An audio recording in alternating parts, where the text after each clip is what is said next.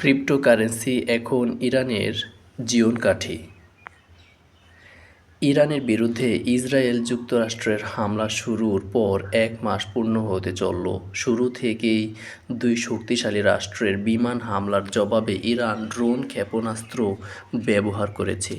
অপ্রত্যাশিতভাবে ইসরায়েলের পাশাপাশি এ অঞ্চলে মার্কিন মিত্রদের ওপরও হামলা চালায় ইরান।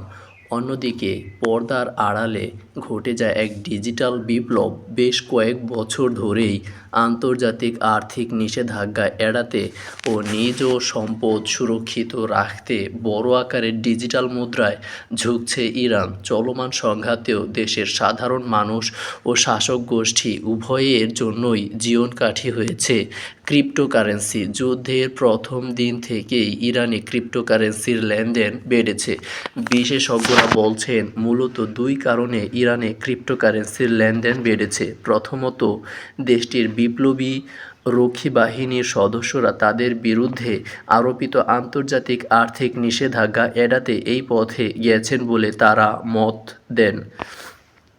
পাশাপাশি বেসামরিক মানুষও বাড়তে থাকা মূল্যস্ফীতি থেকে নিজেদের সুরক্ষিত রাখতে এই ডিজিটাল মাধ্যমে বিনিয়োগ বাড়িয়েছে। হামলা শুরুর প্রথম কয়েকদিনের মধ্যেই ইরানের বিভিন্ন মুদ্রা বিনিময় প্ল্যাটফর্মে প্রায়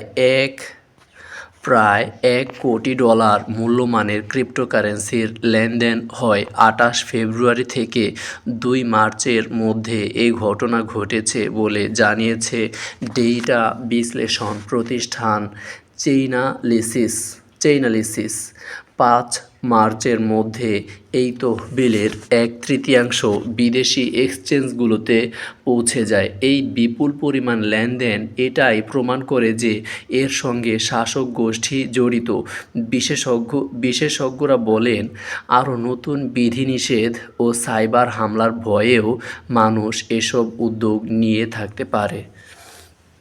ক্রিপ্টোকারেন্সি বিশ্লেষক এলিপ্টিক জানিয়েছে, দেশ জুড়ে ইন্টারনেট সেবা যখন বন্ধ ছিল তখনও রক্ষী বাহিনীর ওয়ালেটে লেনদেন চালু ছিল। গত বছর ইরানের বিপ্লবী রক্ষী বাহিনীর ওয়ালেটগুলোতে $৩ বিলিয়নেরও বেশি মূল্যমানের ক্রিপ্টোকারেন্সি যোগ করা হয়।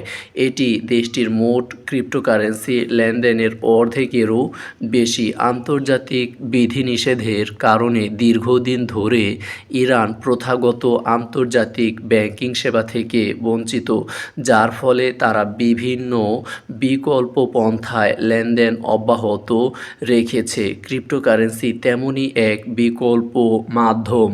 অর্থ পাচার বিরোধী প্রতিষ্ঠান ACAMS এর কর্মকর্তা ক্রেইগ টিম মত দেন, এসব ডিজিটাল সম্পদ ইরানের ছায়া ব্যাংকিং কার্যক্রমের চালিকাশক্তি। তিনি জানান, ব্যাংক ট্রান্সফারের তুলনায় এটি অপেক্ষাকৃত দ্রুত লেনদেন করা যায় এবং এর খরচও কম।